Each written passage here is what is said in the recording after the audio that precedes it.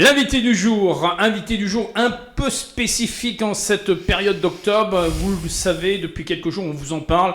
La difficulté de cette famille berroise avec leur enfant Valentin et dont les difficultés ne cessent de croître.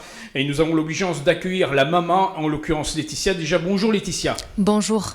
Alors Laetitia, on va quand même revenir un instant sur la situation actuelle.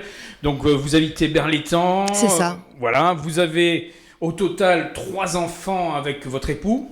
Oui, alors on a un enfant chacun, voilà, et Valentin en commun. Et Valentin en commun. Mais ce que je veux dire, c'est que vous vivez à 5 dans cet appartement où nous nous trouvons à l'instant même. Oui.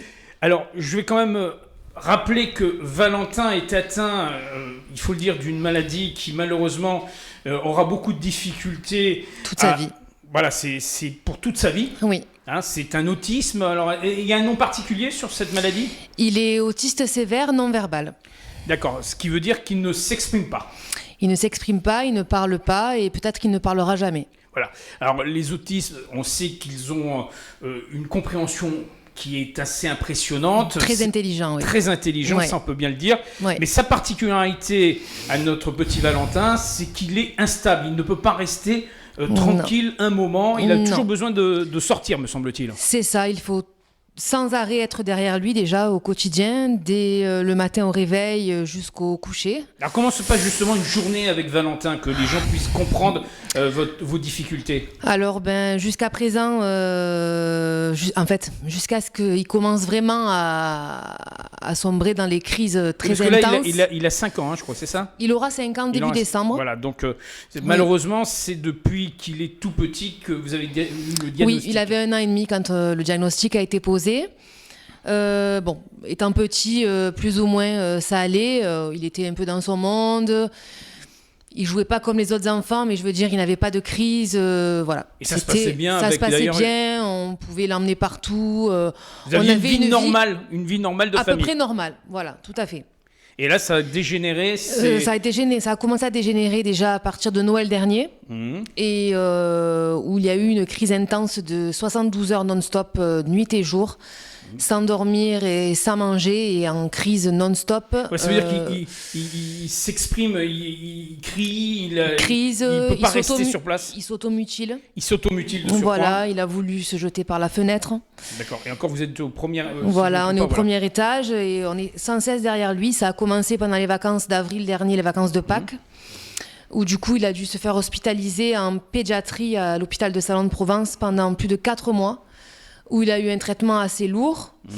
Depuis, il est rentré à la maison depuis le mois d'août, et avec ce traitement bien sûr, mais malheureusement il refuse de rester à la maison plus de 2 heures par jour. Voilà, la preuve en est, puisque à l'instant où nous enregistrons cette interview, il est en extérieur avec son papa. Hein. Oui, votre mari est obligé régulièrement, ainsi que vous-même, de sortir jour et nuit pour accompagner votre enfant pour qu'il puisse se calmer. C'est ça, il est sans cesse à l'extérieur, donc c'est soit moi qui le promène, soit lui.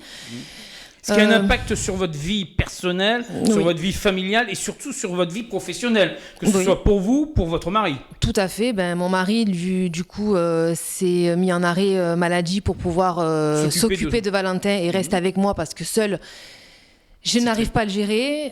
Quand il est en crise, je n'arrive pas à le soulever. Parce qu'il commence, malheureusement, il commence à être... voilà, et quand ils sont en crise, tout est décuplé. Voilà, donc... Voilà, je suis honnête, j'arrive pas en tant que femme. Alors, vous avez fait beaucoup de démarches, Laetitia. Hein. Énormément. Pour l'instant, tout est plus ou moins en stand-by. Vous avez eu quand même l'obligeance que je crois qu'il passe 3 heures dans un institut spécifique. Alors, il passe 9 heures par semaine dans un CPI. Donc, c'est un centre pour enfants en situation de handicap sur Vitrolles. Où il est suivi depuis pratiquement 2 ans. Ça se passe très bien, donc c'est pour ça qu'on veut justement qu'il aille dans un institut spécialisé. On sait que les adultes, ça existe, mais pour les enfants, semble-t-il, il n'y a pas ces structures. Alors ça existe, mais il y en a très peu, et en plus l'âge de Valentin pose un gros problème, puisque normalement c'est à partir de 6 ans, tout ce qui est IME. Ça existe quelques IME à partir de 3 ans, mais ils sont très rares et malheureusement, nous avons des dossiers posés un peu partout et on est sur liste d'attente. Et vous êtes en attente. Qui sont très longues. Très longues. Alors aujourd'hui, on est en ce mois d'octobre, après une période qui a été très très difficile pour vous. Oui. Je sais que vous avez les nerfs à fleur de peau, ce qui est normal, c'est ça. Vous avez beaucoup du mal à récupérer, à dormir. Moi, je dors 2 heures par nuit. Voilà, et votre mari s'égare mieux, je crois. Voilà, c'est ça.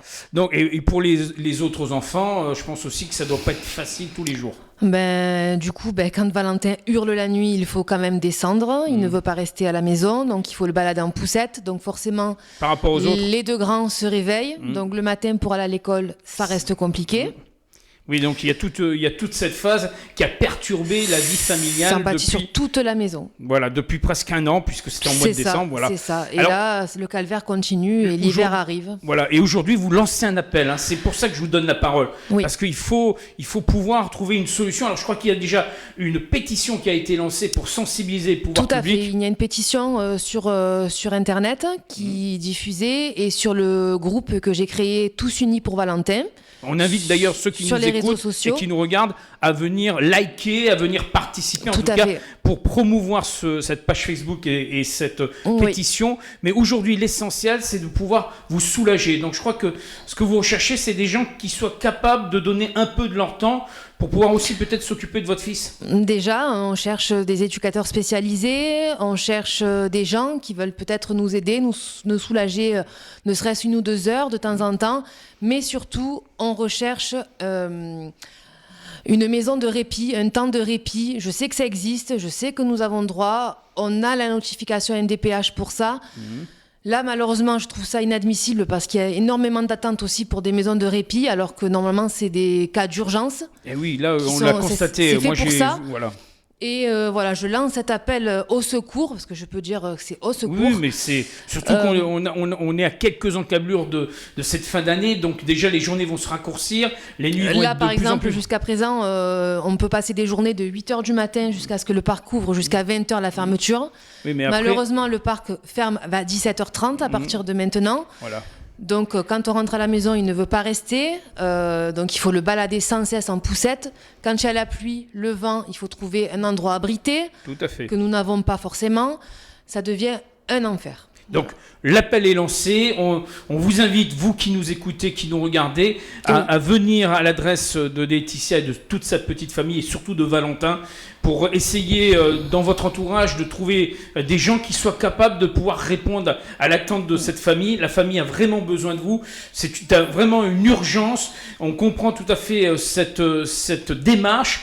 Et quels seraient les mots pour, justement, inciter plus ceux qui nous écoutent et qui nous regardent à venir dans cette démarche pour vous accompagner? Je suis sûre qu'il n'y a pas que nous dans cette situation. Mais voilà, comme j'ai déjà expliqué à plusieurs personnes qui me disent, voilà, il faut patienter, les IME, il n'y a pas de place. Je comprends tout à fait. Mais quand il y a un cas d'urgence comme le nôtre, je ne dis pas que les autres... non, il y a plein de cas d'urgence, mais le vôtre, bien au contraire. Ça devient invivable. Nous, on ne peut pas vivre à la maison. On est à l'extérieur, nuit et jour, il faut dire le mot, nuit et jour. Et là, ça devient urgentissime de trouver un endroit, une maison de répit, un centre, quelque chose, ne serait-ce histoire de quelques semaines, quelques mois, le temps que l'hiver passe et qu'on puisse avoir des réponses ailleurs. Trouver des solutions l'année prochaine, voilà. Là, je demande de l'aide en urgence. C'est vraiment très important pour nous Laetitia, et pour Valentin. Est-ce qu'on peut vous contacter directement en vous appelant, votre numéro de téléphone? Est-ce qu'on peut le donner? Oui. Alors allez-y, donnez votre numéro. Je peux le donner. Mon numéro de téléphone, c'est le 06 68 34 60 77. Et mon époux, c'est le 06 89 96 03 58. On rappelle son prénom? C'est Julien. C'est Julien. Donc Julien et Laetitia. Aussi. Voilà, tout à fait. La famille de Valentin a besoin de vous. Donc on lance cet appel. Oui. On rappelle que la page Facebook, il ne faut pas hésiter à la liker et à la faire connaître. Tous unis pour Valentin. Sur Facebook. Voilà. Et en plus, donc cette fameuse pétition, car plus il y aura des signatures, plus malheureusement, il faut bien le dire, la difficulté est là, bien présente, mais au moins le dossier pèsera à l'adresse des pouvoirs publics. Et ça, c'est l'essentiel pour pouvoir dégager une place pour Valentin. Tout à fait. Alors qu'est-ce qu'on peut vous souhaiter justement avant que cette fin d'année arrive, à vous, à Valentin, à toute la petite famille, de trouver une solution? De trouver une solution en urgence, s'il vous plaît. Donc vraiment l'appel est lancé. Voilà. Merci en tout cas Laetitia de nous avoir témoigné vos difficultés. Gageons et espérons que ceux qui nous écoutent et qui nous regardent sont attentifs et apporteront leur petit obol, parce que c'est chacun de nous qui peuvent apporter une obol. Un petit geste, un petit mot, tout peut changer, tout peut basculer. Merci en tout cas. Merci Laetitia de nous avoir consacré quelques minutes et on va faire le maximum pour Valentin. Merci beaucoup. Il n'est pas avec nous là, mais il le mérite largement. Il n'a pas pu rester, c'était la crise. Voilà. Merci encore et à bientôt. Merci, Laetitia. à bientôt. J'espère avec de bonnes nouvelles dans quelques temps. Je le souhaite, merci. Voilà, c'est ainsi que nous clôturons l'invité du jour, Laetitia, la maman du petit Valentin. Donc on compte vraiment sur vous.